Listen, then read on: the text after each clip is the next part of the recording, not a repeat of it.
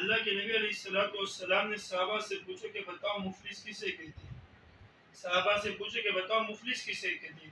صحابہ رضی اللہ تعالیٰ عنہ نے کہا کہ یا رسول اللہ مفلس تو وہ شخص ہے جس کے پاس درہم دینار نہ ہو, سونا چاندی نہ ہو, پیسے نہ ہو, وہ بس مفلس ہے. تو اللہ کے نبی علیہ السلام نے فرمایا حقیقی مفلس بتاؤ, حقیقی مفلس کون ہے؟ صحابہ نے کہا یا رسول اللہ آپ ہی بتا دیجیے حقیقی مفلس کون ہے. تو اللہ کے نبی علیہ السلام نے فرمایا قیامت کا دن ہوگا اور بہت ایک بندہ ہوگا, بہت نیکیاں لایا ہوگا, اتنی نیکیاں لایا ہوگا کہ پہاڑوں جتنی اس نے نیکیاں لائی ہوگی, لیکن قیامت کے دن جب حساب کتاب کا وقت ہوگا اس نے کسی کو گالی دی ہوگی, کسی کا مال کھایا ہوگا, کسی کا قتل کیا ہوگا, مختلف اس کے اوپر سزا ثابت ہوتی چلی جائیں گی.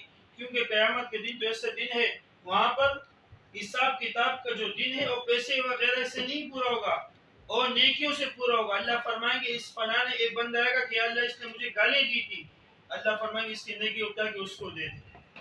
فرمایا اللہ اس نے مجھ سے قرض لیا تھا, میرا قرض نہیں دیا, اللہ فرمائیں گے اس کی نیکی اٹھا کے اس کو دے دے. اس طرح کرا کہ اس کی ساری نیکی ختم ہو جائے گی. اور پھر فرشتے عرض کریں گے اللہ اور بھی بہت سارے لوگ باقی جو اپنے حساب لینا چاہتے ہیں, تو اللہ رب العزت فرمائیں گے ان کے گناہ اٹھا کے اس کے اوپر ڈال دو اور اس کو اٹھا کے جہنم میں ڈال دو. تو اللہ کے نبی علیہ السلام نے فرمایا حقیقی مفلس ہوئے جو نیکیوں کا ڈھیر لایا تھا لیکن ان کی نیکیوں نے ان کو کچھ فائدہ نہیں دیا. اللہ ہمیں بھی ایسا بنائے کہ ہم بھی مفلس بن جائے اور حقیقی معنوں میں مفلس بن جائے, لوگوں کے حقوق کو ادا کرنے والے بن جائے اور پیار محبت کے ساتھ زندگی گزارنے والے بن جائے. اللہ مجھے اور آپ کو اس بات پر عمل کرنے کی توفیق عطا فرمائے.